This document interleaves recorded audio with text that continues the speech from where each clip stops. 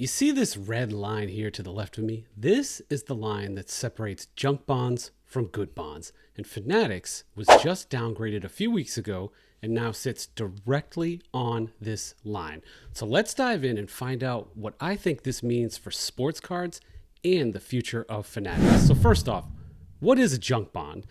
Junk is kind of a strong word, but essentially it means a bond that can't completely be trusted, and because of that, the rate that you get by buying that bond is much higher. So if you think a company has a greater chance of not paying back their debt, then you obviously get a better return on that bond investment. And that's all that means. There's a scale for each company, and Fanatics has dropped one notch on that scale. So Moody's is one of the biggest credit rating agencies, and they took Fanatics Commerce down to Baa3 a few weeks ago. That sounds all fancy and interesting or whatever, but essentially that means that they are just above the red line for junk bonds. And you might be thinking like, well, who cares? That's just stock market crap and I'm not buying bonds, so like it doesn't matter to me. Going back to sports cards, thanks. Well, if you care about expensive sports apparel and sports card hobby boxes, this will trickle down to you, and I'll tell you why. So as you slide down this scale, it costs you more to borrow money. And Fanatics Holdings currently has $1.5 billion in debt already. Future debt will cost more because of this ratings drop. And now Moody's is actually concerned about Fanatics Holdings' ability to pay back existing interest payments on the debt that's already there. I'm going to get into that in a minute, but the ratio is crazy.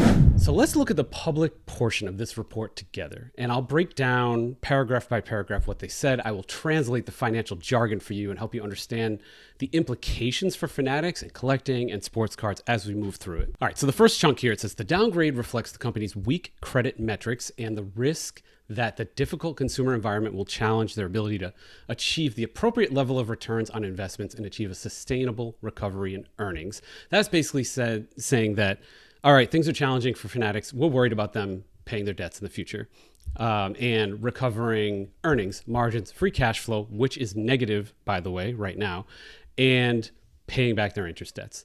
They also want to see an improvement over the June 2024 earnings and cash flow usage year over year. What this basically means is their next report is so important to the future of the IPO, the financial health of the company, the public perception, the debt markets, everything. It is going to be a very, very interesting report next quarter. All right, so Moody said that their EBITDA, that's earnings before interest, taxes, depreciation, amortization. Don't worry about that. It's just basically like, this is what you got after you made money. That's the simplest way to put it. Like, you get a paycheck from your employer. What's the bottom line? What did you get? It's more complicated than that, but that's the simplest way to explain it. And so for Fanatics, think about this. So they've got a 25x ratio for EBITDA to interest. So that's like saying, all right, you take home 100 grand after taxes, whatever, maybe you depreciate a couple things. That's like having $2.5 million in debt. So if you're sitting there and you bring home 100 grand, how do you feel about buying a $2.5 million house? You feel comfortable? Seems a little gnarly to me. That's how you have to frame this. It's obviously different. They're a company and you're a person. Moody's is basically saying this is a horrendous ratio. They're very politely saying far outside the band of tolerance for the current rating, aka this is bad. So going forward, Moody says it actually expects revenue growth to continue as the new licensing rights come in, and they're going to do some cost-cutting measures, improve inventory levels. This is all part of the dance, right? If you're sitting on a ton of inventory that affects your EBITDA, cost-cutting measures, that could be everything from people to factories to renegotiating vendor contracts, things like that. And they just expect them to improve all these things. Again, what I keep saying is that next quarter one is really going to be make or break for them, in my opinion, in terms of their ability to borrow and reach the IPO with confidence. They also expect that ratio that was 25x to go down to the high single digits, like 8 or 9x, again, by next quarter. Will it? We don't know, but we will find out in a few months. Just to translate this for us, Fanatics Fest Orlando was kind of the first shoe to drop here. And I expect if they even do a Fanatics Fest New York City, I think it's going to be scaled way the hell down, way less costly, less celebs.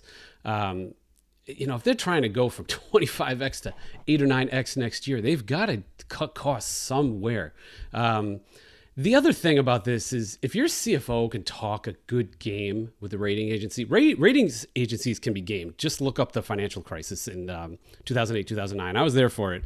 Buddies on Wall Street. You can, hey, let's get a steak. Let's talk about this rating. I don't really like BAA3. How about BA2? Or, it's all this like silly dance. So what I would say is, again, this all comes down to their next rating. If that goes south, then things are going to get gnarly, and I'll get into the apocalyptic consequences later if that happens.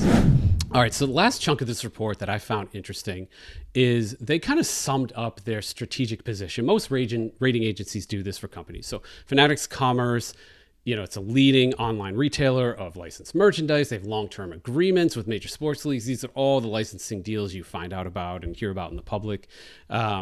They have a great pipeline of new licensing relationships. So when you're a rating agency, you're actually privy to some private information, which is pretty cool. You can look at the pipeline and find out what's going on. That's how stuff leaks, by the way, on Wall Street, which is super fun. And they're taking all of this into account and thinking that they should be able to materially recover that leverage, that 25x leverage, dramatically and sustainably improve to the mid-single digits next round. So the key here, the last line, Fanatics Holdings, which is the parent company of Fanatics Commerce, there's multiple companies here, they've always demonstrated a willingness. Of course they have. They're the parent company. You don't want your child to die. So they've demonstrated a willingness and ability to invest in the subsidiaries to support growth and debt reduction. So what they're saying is that this parent company, they expect to support these little baby companies that may be having trouble with their ratios and margins and so on. This is actually another Easter egg buried. This paragraph is interesting to me. It makes me realize why they're so obsessed with the Disney and Marvel licenses. I think that is vital for them to keep this engine growing and keep the revenue flying. They're going to need new and higher revenue sources as they grow and try to pay down this debt. The other thing that's interesting is Moody's is saying they've got a lot of eggs in one basket. I don't know if I agree with that. Like, they have the sports apparel and sports cards, and obviously if there's a downturn in sports, that's not great. But they are, with the other companies, doing a good job getting into gambling, which I think is the future of life and economy in the U.S. Going to be a massive, massive part of our GDP, for better or worse. I think that they're doing that and getting into some of the other things. If I was Fanatics, I would diversify with something beyond sports. Art would be not the worst horizontal line to draw from this and possibly get into the art world. Maybe they could buy a non-sports apparel company. I'm not sure, but they need to do something to diversify a little bit, because I am concerned if this consumer discretionary spending, continues to take a hit, and their clothing is just like, I tried to get a Ted Williams jersey just for fun, an old school one. It's like $450, that's stupid.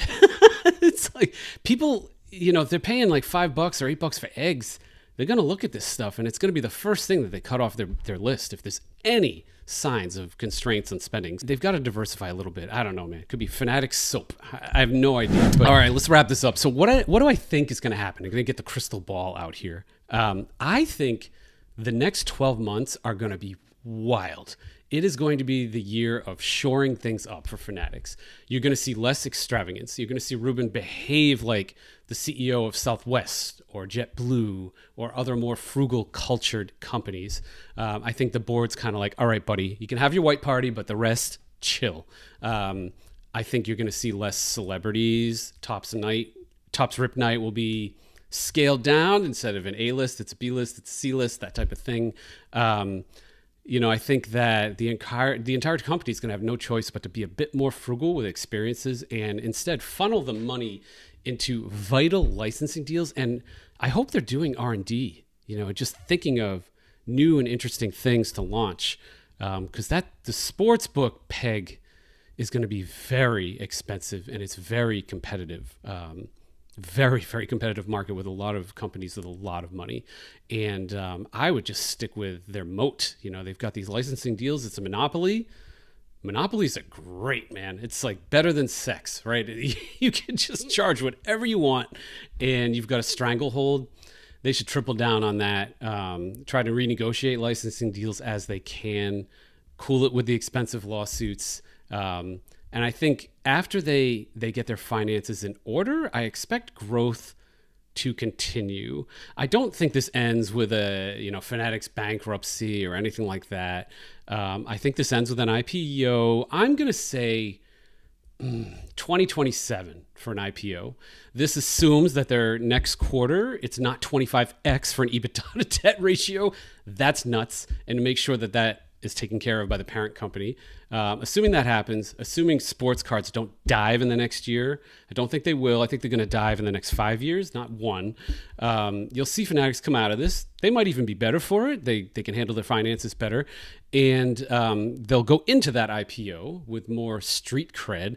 And then, boom, much needed liquidity from the public markets, which is a hell of a drug if you're, especially if you're a monopoly and you're trying to grow. But last thing I'm going to say, God help Fanatics if next quarter Moody's doesn't see an improvement in those ratios and finances. If they tick one bar lower into junk bond status, I can see front page of Wall Street Journal. It's clickbait, and I'm guilty of clickbait too. But they're just going to say Fanatics, junk bond status. Again, junk bond's a loaded word, but it's a word we've used since the 80s, back when we invented junk bonds.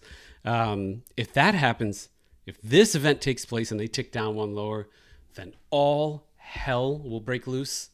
And I can't even call it. It's going to be like Armageddon. So thanks for coming along on the ride. I'm going to keep the financial reporting going. I don't think we have anything like this in the hobby right now where somebody's actually covering this with a financial spin and understanding the details of what's happening behind this company, because what happens to Fanatics happens to Topps, and what happens to Topps affects us.